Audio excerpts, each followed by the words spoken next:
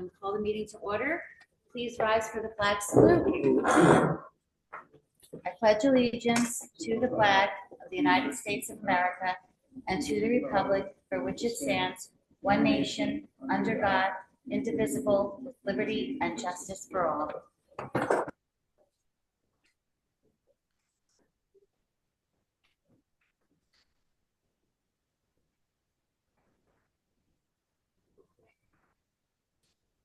Of egress. In the event of an emergency, all people may exit right or left from this room and proceed to an exit door. All doors will open from the inside. The New Jersey Open Public Meetings Law was enacted to ensure the right of the public to have advance notice of and attend the meetings of public bodies at which any business affecting their interests is discussed or acted upon. In accordance with the provisions of this Act, the Haledon Board of Education has caused notice of this meeting to be published in the North Jersey Record Herald News, the board's official newspaper, on August 30th, 2024. Notices of this meeting indicating date, time, and place were posted publicly on the door of the main entrance to the and filed with the clerk in the municipality of Haledon. Roll call, please. Mr. Abbasi? Here. Mr. Coletta? Mr. Grotto? Mr. Guzman? Mr. Martinez? Yes. Here. Mr. Matzo? Mr. Ramadan? Here. Dr. Webb? Here. And Mrs. Issa? Here. Okay, so we have a presentation. Let's see, Mr. Waka, you're going to do this presentation. I would first. love to. I'm trying to get allowed into the meeting. I'm going to try one more time. Okay. And if not, I'm going to call Bill and ask him to help me. Okay.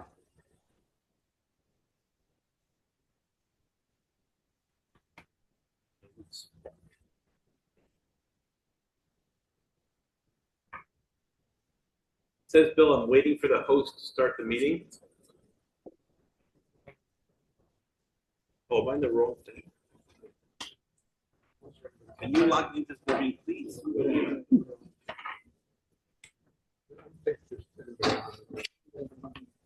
Well, I might want to watch myself at some point.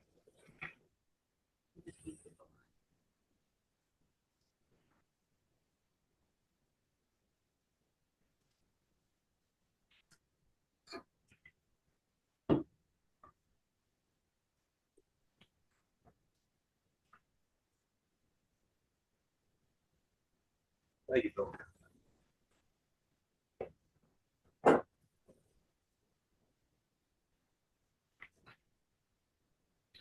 First thing I want to present is the, I think we kind of, the genesis of this idea came from our board retreat this past, maybe it was May or June. But the board seemed to collectively feel that it would be good every now and again to use a board meeting, not only as a, an executive governance session, but as a chance for the board to kind of know what's going on the floor and what we're seeing. So I'm sure Mr. Molina will agree that staffing is by far, I think, the #1 issue in public education right now. So I want to give this board kind of like I don't know what to call it, so I put pertinent topics in public education review, and the title's a working title for sure. But Bill, once we get that up there, I'd like to go through the slides. I see it up on my screen. You do, Omar? Thank you. Yeah, I see Haledon Board of Education. It's not in presentation mode yet, but I see it. Yep, it's all good. All right, so we'll go shift to this. Bill, if you get the first slide. So, in teaching, we always use universal design, or some people call it backwards design, but it's what's essentially you start with the goal and you teach backwards to, how to orchestrate a lesson to get towards that goal. So we'll do that. So the board members, by the time this presentation is over, are going to know that how many employees does the Haledon Board of Ed, this board actually employ, what steps have to happen in order for you to see something on an agenda where it says we're looking to hire this person or that person.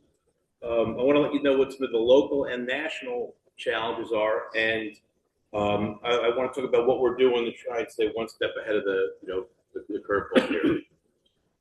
You can touch that slide, but thanks. So hopefully you can see this okay. If not, I'll read the PowerPoint a little bit, which I don't like doing. But who are Lamika and who is Mr. Actually, not even Lamika. She's kind of Lamika, but definitely Mr. Waka. Who are the Haledon Board of Education employees? So we have 123 teachers. An FTE, a full-time educator, means it could be a classroom teacher, it could be a guidance counselor, it could be something like that. 23 paraprofessionals. You see the teachers are in red. That indicates that they also receive benefits of insurance. The paraprofessionals are in purple, meaning that some of them qualify, some don't.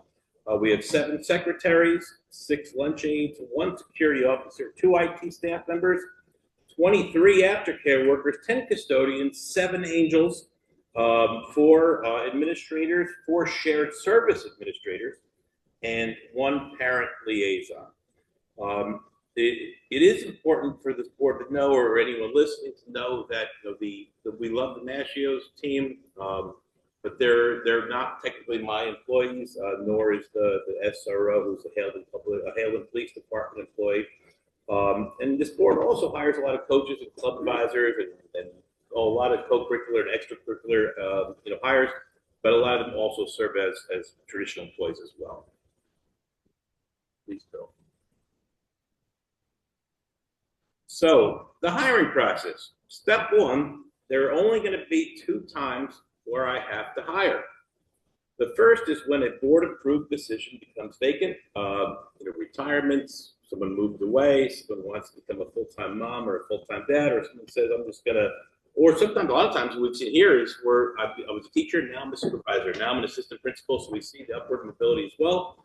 The only other time I can hire someone is if this board creates a position. We saw that with the Title I parent liaison. We've seen that in the past with a couple other positions.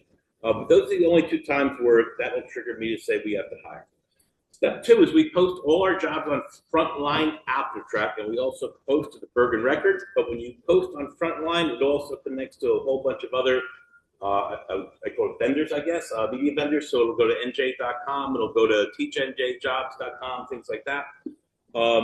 But we have to use Frontline because there's certain laws requiring what we have to keep in as far as to show the fairness of the application process, and AppleTrack guarantees us that. The second thing we do is we have to check to make sure that we're hiring people with the right certification. So if a second grade job comes open, we have to make sure we post that what certifications are requisite for that. The most common ones we see here are pre-K through 3rd grade, kindergarten to 6th grade, 6th through 12th ELA, math or science, or teachers of students with disabilities. Next slide, please, Bill. The next part of the hiring process. Typically, the default that we have on AppleTrack is that a job will stay open for 21 calendar days. We could also extend that if we need to. There's certain certs that are very hard to find where I know we're going to need to extend it. There's certain ones where I don't believe we'll ever have to extend it. Each hire is routed to a specific administrator based on our administrative supervisory tree. So if you're one of the little guys, Ms. Polzano is going to be the person tasked with that chart, with that hiring search. If you're a middle-aged guy or girl, you're going to hang out with Mr. Trito. The older kids, Mr. Spazzato is going to run it just like Mr. Mendez would run any of the special education programs. Same thing, Mr. Mann for custodial, Mr. Pagani IT. Lamika, she handles all her office staffing. But for me, whenever I feel a need to jump into the process, then I will. This happens not very often, but not infrequently either. I went to the Caldwell University mock interview event 2 years ago. I met Miss Stephanie Verdi, currently a 3rd grade teacher. I knew right then and there we wanted to have her on our team. So I expedited that process. Same thing happened last year. Ms. Buckworth and myself went to the William Patterson mock interview event. We met Ms. Corrigan, who's doing a great job with the kindergarten right now. But certain people like right when you meet them, like you want them on your team. So we get to use our comparative size and the fact that I'm a superintendent and also a recruiter to kind of make negotiations move a lot faster and that process go a lot faster. But for all other ones, the head of the search team, it'll usually be, you always want to have at least one veteran teacher. You always want to have at least one representative of special education or guidance to get their input. And usually they'll find another administrator. And they're going to screen the candidates. First thing we look at is, do you actually possess the certification that you say you do? And you'd be surprised how often the answer is not yes. Then we read through the entire application, and then we look at their social media. If we can find it, there absolutely have been people where we've seen their social media and we said, we're not sure that, this is the kind of temperament we want in our employees, so we move forward. Then two things are kind of going to happen. So they're going to interview all the candidates, and upon conclusion of the interview, they're going to give me their top choice, their second choice, and their third choice. Then we'll go to the next slide, please. Situation one, there's certain spots where we know that finding someone to apply with that certification is going to be very rare. So we're going to move forward, and I'm not going to request a demo lesson. I'm not going to request another week's worth of interviews. I'm going to look to call that person, negotiate a contract, because it's simply that hard to get someone in that cert. And my job is to make sure we have fully certified. Situation two is much, much, much more common. And this is the best part. And that's when there's a lot of candidates and it's for a position that's not as hard to find the certification in. When that happens, then, we look to have demo lessons, and we've done demo lessons for summer school as well, just because we have kids here. We've done summer demo lessons during the December break sometimes. And demo lessons teach you a lot, but we prefer situation two. But of late, situation one's been rearing its head more often than not. But once we come to a decision on who we want to hire, then what I do is, I talk to the candidate. I need to know within the first 5 minutes of meeting a candidate that they genuinely love working with children. I have to feel that in order to produce the hire. But once we get past that, it's a good thing we get past, then we negotiate a salary. And the old method was very simple. We could say, all right, you have 4 years of teaching experience. We're going to offer you step 5 because this is the next step any teacher would get, having that much experience. But what's happening is I gave 2 quotes. This is a study that Rutgers put out. And in the last 11 years, it says that the state's only producing 1.1 teaching certs for every teacher left. So you'd still think that's a win, but it's also going on to show that only 75% of the people that are graduating with teacher certifications are actually going into education. They can go into any job they find themselves in. So right now, we're for every teacher we lose, we're not fully getting that one teacher replacing it. And that's what's causing a lot of districts, and Jeff, I'm sure you could talk on this too if you needed to, but we're seeing that certain districts are starting salaries off at $73,000 for a first-year teacher. We're not there by a lot, and we're handcuffed because even if we want to do that, right? We still have this law that says, hey, there's the 2%. This is the most you could raise on property tax levy. So a lot of this stuff we're negotiating against or swimming against has been kind of dictated 20 or 30 years prior to where we're at right now, which is interesting. But right now, it's the future on staffing, I think, is bleak, and it's caused us to kind of look to move really quickly ahead in certain areas. Bill, if you go to the next part. But once a staff member is hired, they complete the process. We get them a mentor. If they need one, certain ones require one. The summer, they do new teacher orientation, and then they become a staff member at HPS, and they do great things. Next slide, please. But the foreseeable future, I think staffing will continue to be a high priority need, not only at HPS, but at every other school district. The big districts and the small districts alike will face unique challenges. So you saw in the paper, September 24th, Patterson announces they have 150 teaching vacancies, and that sounds horrible. But for us to have 2 is probably a very similar ratio of kind of what we're feeling when we don't have that, and especially if it's those 2 are high in demand certifications, they're very hard to find. I believe that staff turnover in New Jersey will continue to be high, and it will especially occur in New Jersey because we have localized Board of Education. I think there's a lot of positive to be said about a localized board. But if a county has, 20 or 30 boards of ed, you're going to have 20 or 30 different salary guides. And you see, even in the same county, if Patterson's offering $70,000 to start, and a lot of other schools in the county can't even come close to that, that's going to create a situation where you're going to see a higher level of flexibility as far as, stabilizing a teaching force in a particular school and limiting turnover than we'd like. I think that's going to cause staffing to continue to become more expensive across the state. And I think that we're going to keep using our size to our advantage, and we're going to hustle more than we can in the recruiting process than a lot of schools that are bigger could possibly do. Ms. Cusack, our teacher recruitment specialist, it really helps that she teaches teacher prep at Montclair State. Like, that's what she does on the side. And we have a lot of people from her class that come into Haledon Public Schools first year teachers. That's a huge thing. Like, it really is a huge thing. And we're going to keep being proactive.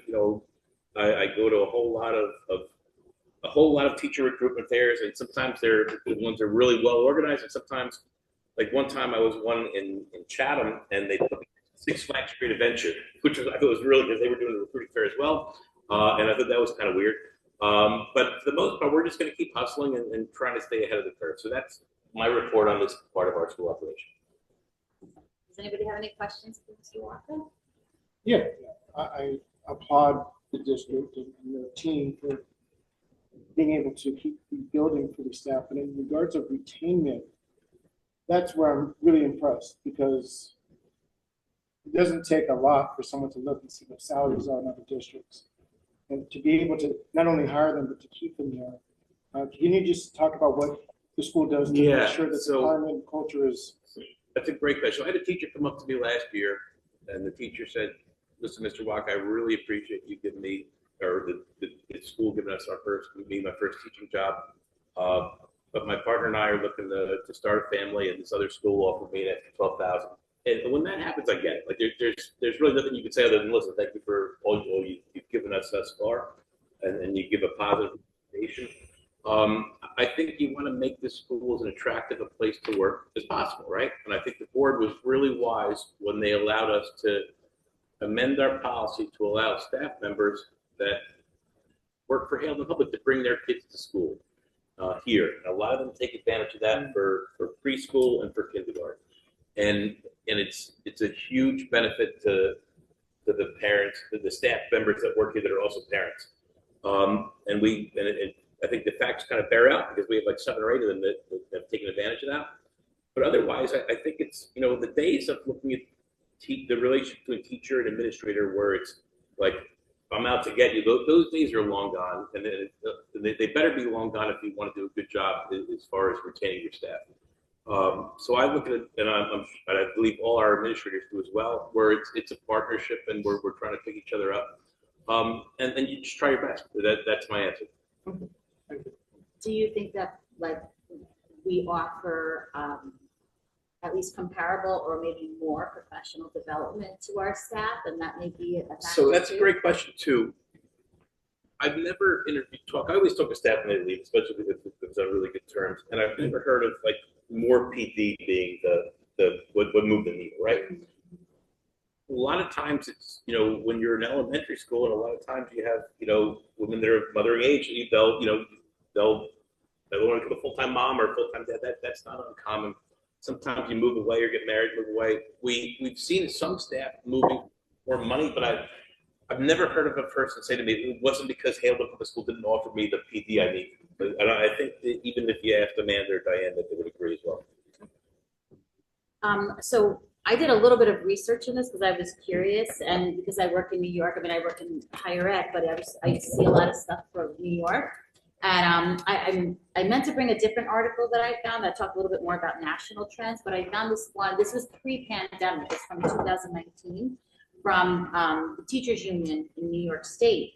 And they talked about the impact of retirement, which I think, and this is interesting that this was pre-COVID, because I'm sure that post-COVID retirement, like, teachers who were maybe just on the brink of retirement decided with the pandemic to just go ahead and retire. So I imagine that that has also been a trend, you know, like not just in New York, but in New Jersey, probably nationwide. COVID was the great resignation. That's what it was, Yeah. for districts across. And not only that, no one really knew what to do back then, right? So the guidelines and the allowable, accommodations were such that I saw why a lot of people would have looked to retire at that time. So we're still, I would say the profession is still recovering. Yeah, so that's definitely a factor. Another interesting trend, and this was in the other article, was saying that, actually this one kind of touched on it too, this one from 2019, that the areas where they're seeing a lot of shortages are inner cities, districts, rural districts, and then, low income. And sometimes that goes hand in hand with these other areas and sometimes not necessarily, but that was a trend that they saw. And then they also pointed out like some areas, and I'm curious if you, and I think this speaks to your point about like if you need a certain certification, if you need a teacher with a certain certification, you have to just really go for it. Yeah. But the areas that they mentioned that they saw a lot of shortage were art and music education, blind and visually impaired, career and technical education. And I wonder if that's still true because that career and technical education seems to have like, I don't know, at least on like high school level, I've seen that in New York, that's kind of gone up. Deaf and hard of hearing, ESL, what are some of the other ones? Health and physical fitness, mathematics, grade 7 to 12, science, social studies, all grade 7 to 12, special education with bilingual extension, and then students with disabilities, all grades, and world languages. So those are the areas that they found like a lot of the shortages were concentrated in those areas. Do you kind of see? So it's funny you say that. So I mentor 3 assistant principals for the New Jersey Leaders to Leaders program. One of them is a VOTEC assistant principal in Bergen County. We had our weekly meeting yesterday, and I said, "You just check in." You say, "Hey, what's going on?" And she goes, "My principal just asked me to find someone to teach astrophysics for $70,000 a year, and it's a nice salary, but at the same time, if you know astrophysics enough, you could probably make a whole lot more money in the free market." So I think that that's part of it, and there's also like hidden things that you would think of, like finding a school librarian. Like that was very difficult for us, right? Like this board agreed to reimburse the college or the graduate credits so that you get a full certification because no one else had applied, and we're very happy with their performance. But I think the certification, I'm hopeful that if anyone's listening, the certification process will be a whole lot more relaxed than it is now. That's what it is. Any other questions or comments? I just had a really quick one for you, Mr. Walker. On the chart where you had the full set of staff, you showed 4 shared service agreement employees. Yeah. Is that all of them, or is there like additional 4 or certain matching number at Manchester? So it's my buddy Lamika who's sitting next to me. It's Mr. Pagani, who's our IT. It's Mr. Mann, who's in charge of our facilities and grounds. And who's the person I'm forgetting about? Roberto Mendez, our special ed director. Okay. I put it as secretary. Oh, second. Thank you. Nothing else. Great. Well, thank you so much, Mr. Walker. And then we'll talk about the next topic. Maybe maybe in December or January. Yeah, when we talk about, we might even learn something at the convention next week where we want to make that the topic sometime down. Yeah, that's a great idea. Okay, great. So moving on, we have a student assessments results review, and I believe that Ms. Polzano is going to be giving that presentation. I'm going to give that presentation tonight. And then if the board has any follow-up questions they have, then what we could do is have Ms. Polzano. We can ask Ms. Polzano and Ms. Troy, Ms. Ramos, academic coaches to kind of give further input. Okay. But tonight I'm going to go through this particular report. Got it. Let's go tell please.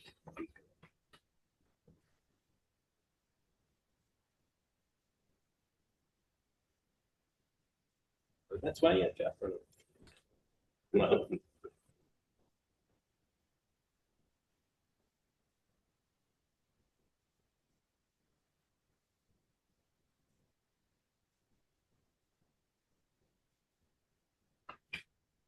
Right, so this is like the packet that I gave to all the board members, and, you know, the public can see it online, and we're also gonna post it on our website, once the board's had a chance to review it. But these are the scores from our state test that we took last spring. So we'll kind of get to the nitty gritty, but this slide here is explaining, you know, what percentage of our students in each grade score a 4 or a 5. A 4 means you passed, a 5 means you passed with flying colors, a 3 means you're right in the borderline. But of the students that pass in each grade level, here's what our data is for overall for math and for ELA and for science. And I'm going to go on a tangent about science. And when we get to the state average for science, you know, it's even more alarming. But for a test that statewide, less than a third of the kids that take it in the entire state are passing, to me, it signifies that the standards that the state is asking us to teach are not the skills and the standards that are being seen on this particular assessment test, right? Because I can't imagine the whole state's just terrible at science, right? But here's our overall scores. And we go to the next slide, please, Bill. This is where we're at by grade for each of the three. So if you look at the left column, our third graders are 30% of them passed for ELA. Got a 4 or 5, that means. For math, 38% of them passed. Well, this is a 1-year snapshot for last year as far as how many students got a 4 or a 5 on this particular assessment for ELA and math. Mr. Walker? Oh, never mind. Go ahead. I was going to ask if you had the state and district or state averages for the previous charts. Ask and you shall get, Omar, because we're here. So here's where we're at with ELA. So you see that where we trail the state a little bit, and then our 8th graders, I'm not sure if they, because our 8th graders, they did a lot better when they were in 7th grade. So I'm not sure if they saw, hey, I got into this school or I got into that school, and, you know, I'm done, and I'm just gonna not fully try my best, because that drop was a little weird. But They do take the test at the end of the year, right? It's like April-ish, yeah. Yeah, so that could be. Yeah, the senioritis or 8th graditis could be part of that, because that drop was kind of, it doesn't jive with the rest of that chart. But if we go to our next slide, please, Bill. And then here's the percentage of students in each grade level. And it looks at both our district and versus the state by what. So if you scored a 1, it's the lowest score. Here's what percentage of our students scored a 1 versus the state, all the way up to, you know, the 5, which is the highest level. And this is just for ELA. But please know that if you're a student that takes ESL, you still take this particular assessment. If you're a student, this is everybody we got takes this. It's very, very, very rare to get any exceptions from students taking this assessment. We go next slide, Bill. And this is over time. It shows what each grade level is. It's the same grade, but the very next year with different students. In some grades, we saw that the students had risen. The spoiler alert, it's going to be overall, we went up 4%. You take all the math scores from last year and all the ELA scores. Our ELA went down a little bit, but our math went up enough where our overall was +4, which is good. Last year, our overall was +12, so we were super duper excited. +4 is still, you know, we want to keep the momentum going forward, so we did. If you can go to the next one, Bill. Our student achievement over time, so the percent that are meeting expectation and exceeding expectation. From grade 3 to 4, we're seeing gains in some areas, and you know, not as weaknesses. I wouldn't say weaknesses, but losses in other areas. And, you know, at a future board meeting, we'd love the opportunity to come in and explain what we're doing about that. The next slide, please, Bill. And this is a mobility comparison. This particular chart shows that if you started off being a student that was a high achieving student, you're early on, what's the chances that you're going to stay at that level the very next year when you take the test? This is shown as if for the most part, the yellow seems to be the biggest one. We'd love the green to be bigger, but it seems that most students are kind of staying on par with what they're expected to be at. And the next slide, Bill. And then here's the same thing for math. So the math scores this year were better, and they helped us out a whole lot overall. And this is our comparison to the state. And even though our 8th graders didn't really, maybe not have tried their best on the English part, they actually did beat the state this year. The one group that did beat the state mean in 8th grade. And I think one of the things that's different is last year was the first year this district had a district-wide math coach. So after 1 year, I am happy to see that we're seeing a lot of positives coming from that, just like we did for Miss Troy the first year we got her. Again, the math, the same grades over periods of time, and we see gains here, we see some losses here. Like I said, we'll be happy to talk about that further should this board wish. The same thing, the same student achievements over time. And again, in math, the mobility seemed like the yellow was abundantly the mode of choice, I guess, for the results. You have Bill. And the science, like I think Omar, when you see the statewide science, I think you might agree that it's a flawed. There's a disconnect between what they're asking us to teach the kids and what they're testing the kids on. Because statewide, you're going to see, if you go ahead, Bill, the statewide is I think it's the value would be less than 25% of the kids pass it. We go ahead, Bill. And then we have to go through each grade level one by one. Or this is the yellow, the yellow highlight on top. That's the mean score for each particular grade level. And Bill, every 5 seconds, if you want to go through the next grade level, because there's just so many of them.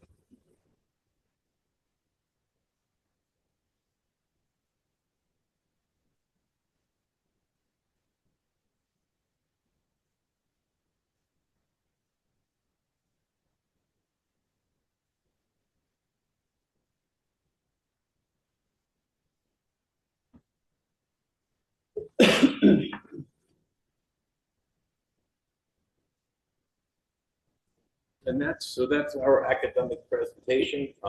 If there's specific questions, I'll certainly note them now, and then I'll look at the answer. Or if this board wishes to have a really in-depth presentation about what we're doing. But overall, can you send? I don't have the chart. Can you send them to me? Oh, it's not part of your board notes. I'll send it to the entire board anyways tomorrow. Yeah, I was gonna ask for that as well, just so that we can look at it a little bit more closely. No, it wasn't an attachment, so. Oh, I'm sorry. I thought it might have been. And then where'd it go with this? There's so many questions to board, but overall, what I'm looking for is to see positive growth. I would have liked to have seen the ELA growth continue. It went down a little bit, but the math growth was substantial enough for overall 4% is something that I would sign off on every year. Mr. Walker, in your opinion, what do you see the difference between the state averages that's making us not meeting it or close to it? There's like obviously a variation of a good 2, 3 to 5% difference between what the state wants and where we at. So what are you seeing as the major factor that's impacting it? The transiency. I believe that the students that took the test in 1 year and the year before that, it's about a 20 to 25% different population. The amount of students coming in, the amount of students going. I would estimate that we probably have one of the higher transiency rates out of most schools. And the staff will agree, like we did we always send a daily staff email to everyone. We welcome these new students. HPS welcomes these new students, or HPS says goodbye to these students. And it happens more than any school that I've ever been at. And I know that there's a lot of reasons for that, right?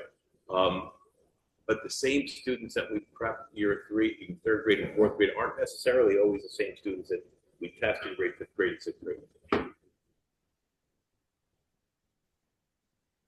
Other questions for Mr. Walker? Well, I am happy to see growth in math, but what is it that we could specifically do for the ELA? And I know you mentioned that the entire population, regardless of ESL population, takes the ELA, and I know that's probably contributing to the results. But I think I would love to see a targeted approach to try to bring that up as So well. if the board president agrees, I'd be happy to ask Ms. Trent Ramos to come in and present to the board next board meeting. That'd be great. Okay. Yeah.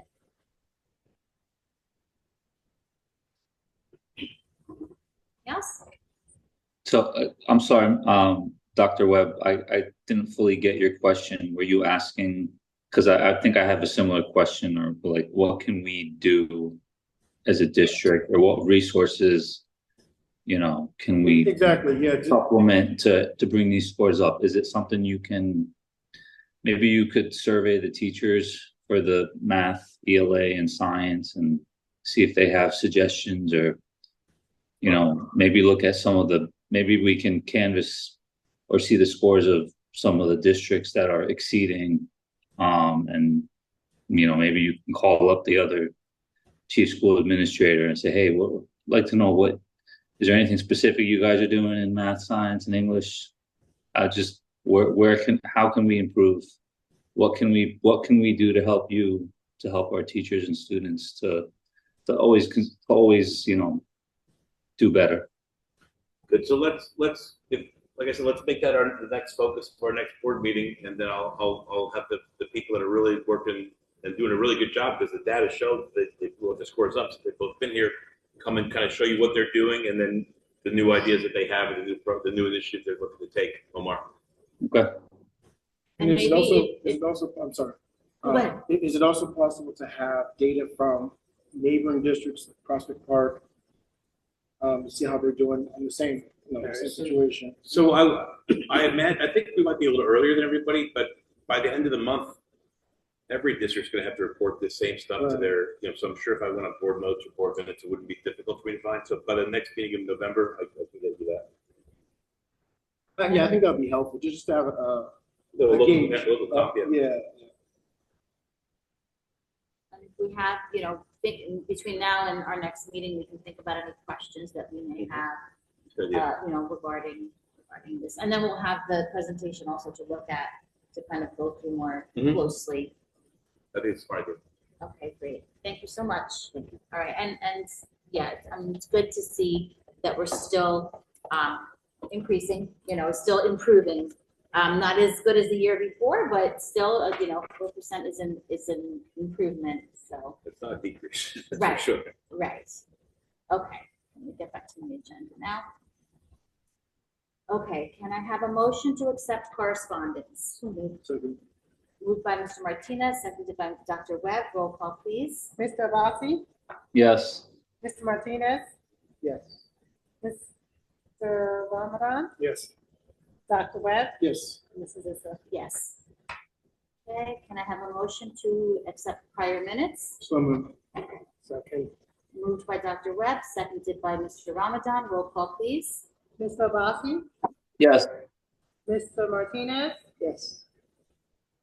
Mr. Ramadan, Yes. Dr. Webb, Yes. and Mrs. Issa. Yes. Okay, can I have a motion to open the floor to citizens on agenda items only? So Second. moved by Mr. Martinez, seconded by Mr. Ramadan. Roll call, please. All in favor? Yes. Okay, so the floor is open to citizens on agenda items only.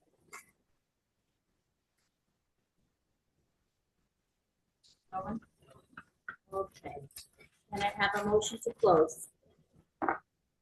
Motion. Second. Moved by Dr. Webb, seconded by Mr. Abbasi. All in favor? All right. Aye. Okay. Moving on to reports. So I will start with my report.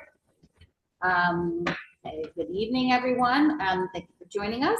So my report tonight is short and sweet. I want to acknowledge the Hilton Board of Education members who were recognized this weekend at the first Puerto Rican flag raising in Hilton. Congratulations to Vice President Carlos Matsko, Commissioner Rafael Martinez, and Commissioner Angelina Quadrado. And by the way, Ms.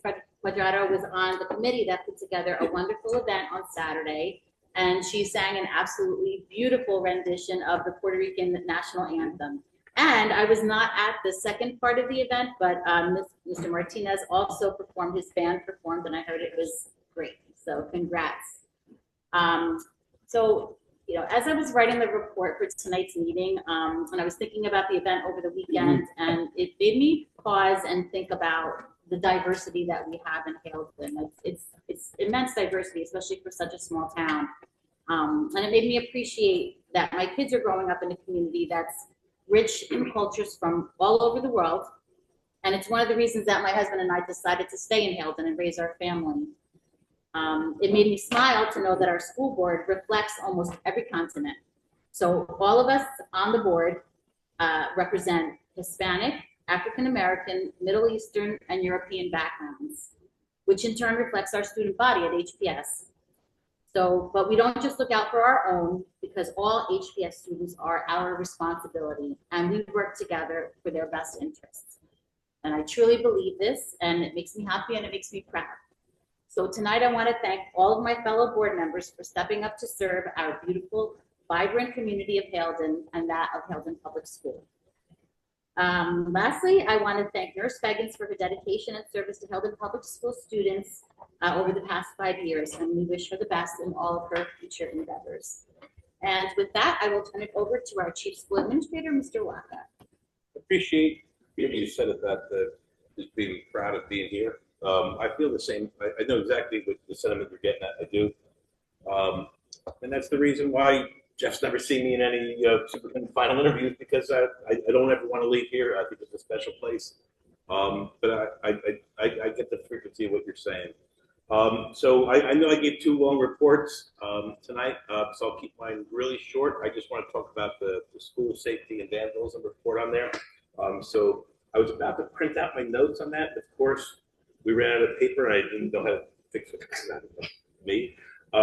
So I took a picture of it. So I'll let the 2 presentations count for the majority of my report, but I do wish to let the board know that the 23-24 school violence report was submitted to the board. To the state, we had presented the 22-23 results a few months back over the summer. We did that a bit late because we missed it, but now that we have a new assistant principal, we're actually on time presenting it this year. But it was noticed that we've been late on that, so I want to make sure we fix that. Here are the summary findings. The preliminary scores were submitted to DOE. We have no reason to believe that we look to challenge our scores, but we will find out for sure in a couple months, but I'm sure we're fine on that.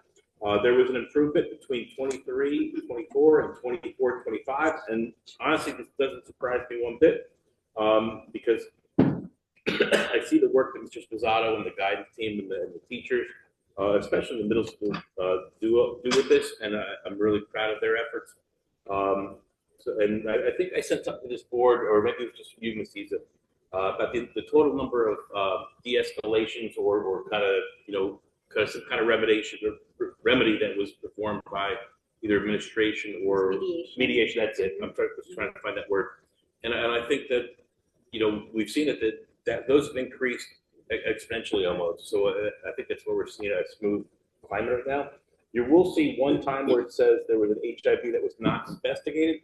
That was because, without getting too much into confidentiality, the parent reported something that happened 4 years earlier and blamed an entire grade of students as so that was just a little much. But everything else I thought was positive. Any questions from Mr. Waka? I got a couple of quick ones, if that's okay. Yes, go ahead, Mr. Waka. Mr. Walker, in the notes that were distributed last week, number 1 was discussing the fact that all the teachers that have been certified in CPR AED. I think that's great. I was just curious how many AEDs are in the school. God forbid we need to use one. I'm gonna answer your question with a question. Do you remember what color they were? Because we did our board retreat. They were like neon. That was one of the questions in the scavenger hunt: is what color is the AED? Neon yellow or neon green. Neon green, very good. So you know where that one is. I know we have. Off the top of my head, I could think of 1, 2. I could think of 4 off the top of my head. Okay. I'll get you the exact answer, but I could think of 4 off the top of my head, Omar. All right. Second, I'm assuming it was just a typo, but it went from item 3 to item 5. I'm just assuming it was a typo and there's no item 4 that was missing. Yeah, so most of the notes I write, but some of them the teachers are great and they'll write with the notes that they want to have publicized throughout the school community. And sometimes I just forget the number. Okay. And then lastly, the item 5 or 4, if you're counting top down, it mentioned the drama club was going to do the Adams Family musical. Yeah. It mentioned when whatever the auditions are. Just keep us informed of when the actual play is or musical, because I'd like to try and be at the school for that if I can. Not only that, Omar, but you could buy tickets in advance online. So we'll get you that information way early on. And it's usually in the spring, right? Yeah. And we actually, when I first got to this board, we only did one play. Now we're doing 2 performances. So there's going to be 2 nights to watch it. Different weeks? Are the 2 performances on different weeks? No, it's back to back. Just because we have to bring in some vendors for the lighting and for this and any day. Okay. Yeah, that's fair. It kills the gym. We can't use the gym if we have a play that night. Okay. Thank you. Yes.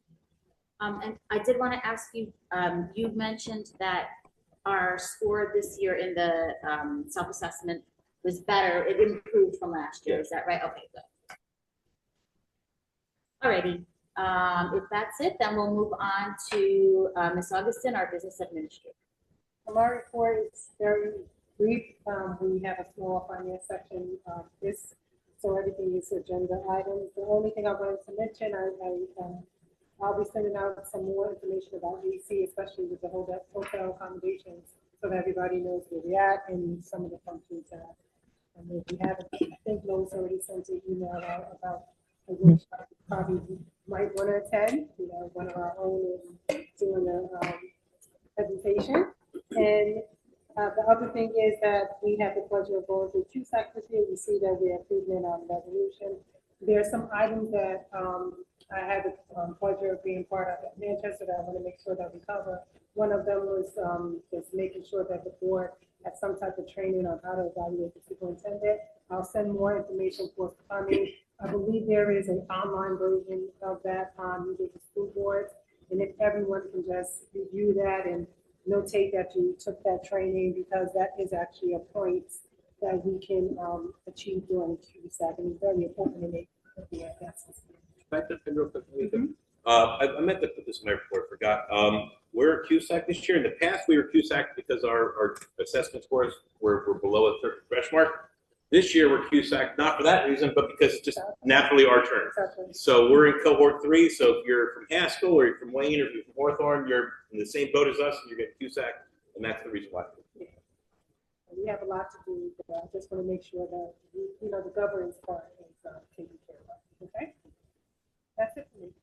And I think that training for superintendent evaluation will be really helpful because even though some of us have done that a lot of times now, it's always good to kind of see I don't know, just get a different perspective of how you can go about doing that. And if we get that early enough, then we can have that in mind as we go through the year and as we prepare to do it in the spring. And not to interrupt you, but that evaluation that I shared it with my entire administrative team. I said, here's what the board is telling me that they'd like to see us do, a little bit better job at. And I thought this board did as professional a job as possible, from that. So I really appreciate that. Great, that's great to hear. Thank you. Okay, so thank you, Ms. Augustin. Okay, so personnel and management, Mr. Martinez. Personnel and management, that's option 8.1. We're not going to move yet. We're just gonna. Okay. Curriculum and technology, Dr. Webb. Agenda items only. Policy and public relations, Mr. Abbasi. Policy and public relations, nothing to report. Okay, security and safety, Mr. Ramadan. Nothing to report, agenda items only. Finance and physical plan, Mr. Ramadan. Also, agenda items only. So state and county, nothing new to report since our last meeting, other than, the workshop is coming up, and I know some of us are registered to go. So we look forward to that, and we can, talk about that when we're back. And then Board Attorney's report, Mr. Molina? Okay. Okay, so now let's go back to personnel and management, Mr. Martinez. Let's move option 8.1 through 8.7, please. Second. Moved by Mr. Martinez, seconded by Dr. Webb. Roll call, please. Mr. Vassie? Yes, and I just want to acknowledge and commend Mr. Robinson for stepping up to be the boys basketball coach. Yeah, yeah. Mr. Martinez? Yes. Mr. Ramadan? Yes. Dr. Webb? Yes, and Mr. Walker, if you may, can you expand upon the Maker Night event? Oh, those are the best. So Miss Fault was the catalyst of that years, my second or third year here. So what it is, it's a night, so it's a grade specific night, and say it's kindergarten Maker Night. A child will come in with their mom or their dad. There's going to be 5 or 6 different stations around this gymnasium, and they're going to have to use the child and the parent together. Are going to have to work with either a science skill, a math skill, an engineering, a technology, or whatever, or an art skill. And it lasts for about, you've been to maybe an hour and a half or something like that. But it's a really neat way for a child and parent to kind of, come together in an academic setting at the child's school. And I've only ever heard positive feedback. I brought my son when he was little, and we love it.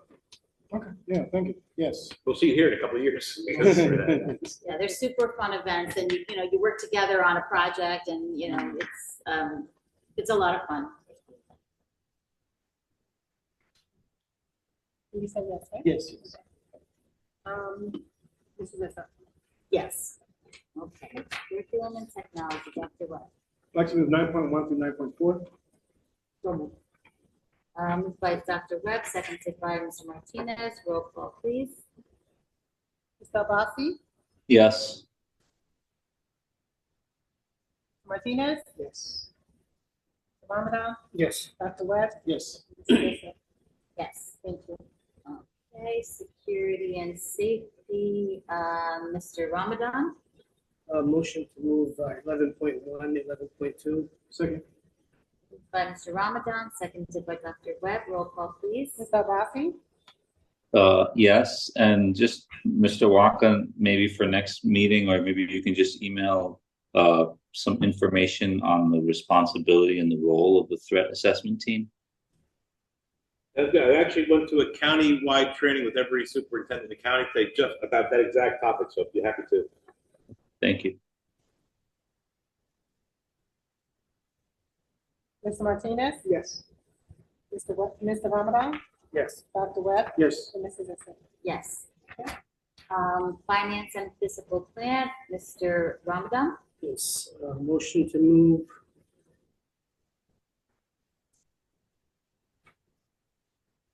Motion to move 13.1 to 13.7. Second. Moved by Mr. Ramadan, seconded by Dr. Webb. Roll call, please. Mr. Vassie? Yes, and just a quick comment on 13.1, because I didn't know what it was, and so I searched it. I screened a couple of videos I saw online, and to me, everything checked out. So if there's any concerns out there, I think it's pretty. I think it seems like a pretty good assembly idea. So yes. Mr. Martinez? Yes. Mr. Ramadan? Yes. Dr. Webb? Yes, but on that 13.1, I see there's 5. Is it all happening on the same day, the 5 different classrooms, or the different visitors? It'll be the same day, but each grade level will probably go to a different time. Okay. Yes. Mrs. Issa? Yes. Okay, do we have any new or old business? I just want to recommend, so I know when we talked about it earlier already with if you could canvass the teachers and ideas regarding the, what we can do for ELA math and science with regards to the scores. maybe that's something we can, maybe the parent liaison can get input from parents as well, if they have any suggestions. Yeah, so Omar, if it's okay with you, let me ask the coaches to come in and kind of let you give this board a really full soup and nuts picture about what's going on, you know, what they're looking to do and how they're looking to do it. And then, you know, if that what you suggest might still be the outcome, but I'd like them to first give it a chance to kind of, you know, present what they're doing to this board. That's fair. Yeah, I have these notes and I don't want to forget them. That's all. Plus, you know, the student achievement is our #1 priority, right, in our strategic plan. And that's all I got. Yeah. Over. And actually, you know, speaking about the evaluation, and one of the things that we talked about was informing the parents and the community more about, you know, our academic not rankings, but like, you know, how we're doing academically. So obviously the board meeting is public. They could, the parents can come to a board meeting, and but is there, will that information be like the information that was in the presentation in a kind of condensed way or in like a simplified way? Is that So right. share? So the first thing that our parent liaison is doing, the first big project is we have only about a third of our parents log on and check our students' report cards, right? So what we're focusing on now is she's going out there and her and Bill work together and Bell as well to create like a parent workshop about here's how to get onto parent portal. Here's what this means. Here's what that means. Thank goodness our parent liaison speaks Spanish because that helps a lot as well. So that's, you know, that's the first step. But I agree that, you know, of course, student achievement is the most important thing. But it's in terms of what is happening here, do we send it out to the school as a whole? The answer is no, but if this board encourages me to do that, then I'll do that. Well, I mean, I think it's good information. And, you know, when I was on the PTA board, I would always ask, it was Ms. Clark who used to do this presentation to the board, and I would always ask her to come to the PTA meetings. But even that was still a small group. I mean, I think it's such good information for them. And maybe not all parents will, you know, take advantage of having that information, but it would be good for them to have access to it. Let's do, if it's okay with this board, let me turn this and work with the coaches to turn that presentation I gave into a more parent-friendly data, I guess, review. But what's today's date? October 15th? If you give me till November, we could put something together and get it out to the community via our traditional communications. I think it would be great, and I think it would be really enlightening for a lot of parents to see how our students are doing compared to the state. You know, I think that's important for us as a community to know. So that would be great. That would be great. And if I could ask the community one thing, like this, my little soapbox, please don't ask to have your kid exempt out or have your kid not take the state test. The best way for us to be able to fix it, right, or to be able to improve something that you know could be improved, is us to get that data and have it be reliable. And that's happened a lot. But I would really like this board to get that presentation about, you know, here's what we're doing about the scores and why we're seeing 2 straight years with positive results. And I would like to put that, you know, work with the parent liaison and the coaches to put something out to the community by November 1st. That'd be great. Thank you. And I also just want to highlight the importance of making sure that the parents, like you said, a third of them check the report cards. A third. Yeah, so I mean, we can do everything that we can here, but if the support isn't at home, I think that's extremely important to student success. So that's a great point. So I think we talked last board meeting about, you know, parents would say, I didn't get the email, I didn't get that. So I know Bill put together a real nice thing about here's how to manipulate your Gmail settings so that Haledon Public Schools no longer going to spam, right? Because that was the most common situation that caused that outcome. But yeah, I think there's a lot of reasons why all the communication tools don't work as effective as we would love them to. But yeah, I agree. Yeah, the bottom is they do have to check, you know, and the parents have to check the communications, and then beyond that, in a more broader sense, like everybody knows that if parents are involved and the family is involved, the kids are going to do better, almost always, so, it's both, and the parent liaison will hopefully Yeah. be a huge, step in that direction of getting more parents involved, more families involved. And as you say that, to be totally fair, my wife asked me to log onto my son's parent portal, and I had no idea how to do it. Right, so I get it, but of course I would be a better parent if I now I know how to. Right, so we want to get everyone to that level. If I can ask you a question. Yeah, go ahead. All right.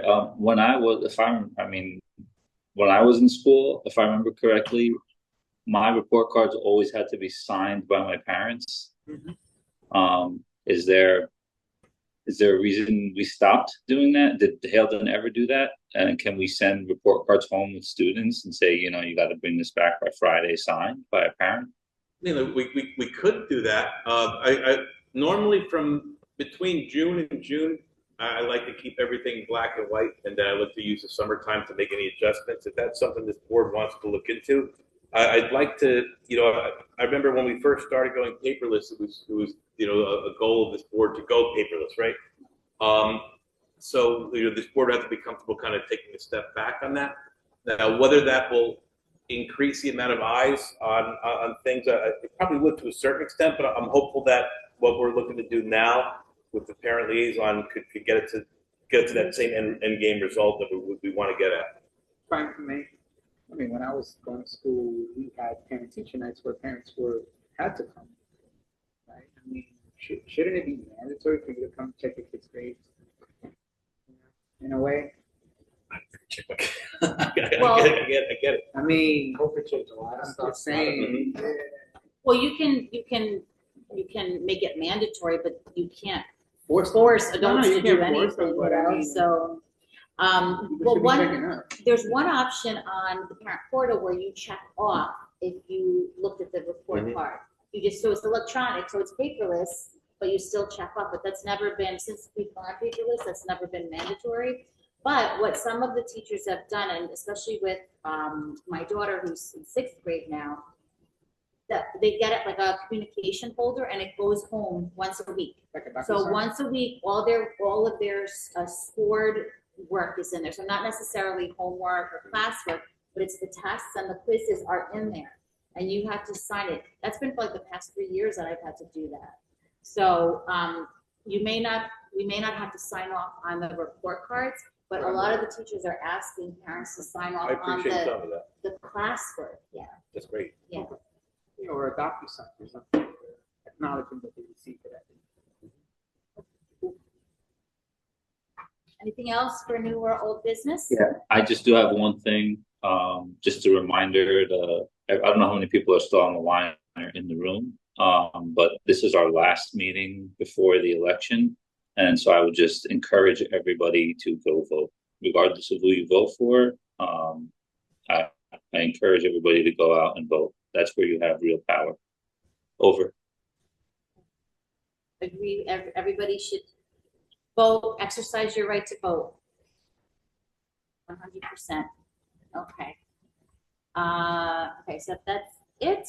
Let me get that to agenda. Okay, so can I have a motion to open the floor to citizens on Operation School? So, second. Moved by Mr. Martinez, seconded by Dr. Webb. All in favor? Aye. Okay, the floor is open. If anybody would like to address the board.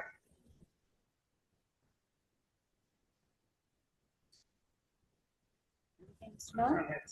Motion opposed. Okay.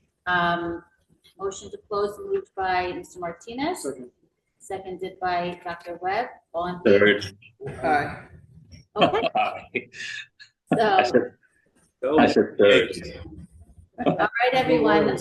Golden Royals. Motion to adjourn. Aye. Second. And so moved by, who, it's Dr. Webb, Dr. Webb moved, seconded by Mr. Martinez. All in favor? Aye. Hey, everyone. Thank you so much, and we'll see you in November. Night. Good night.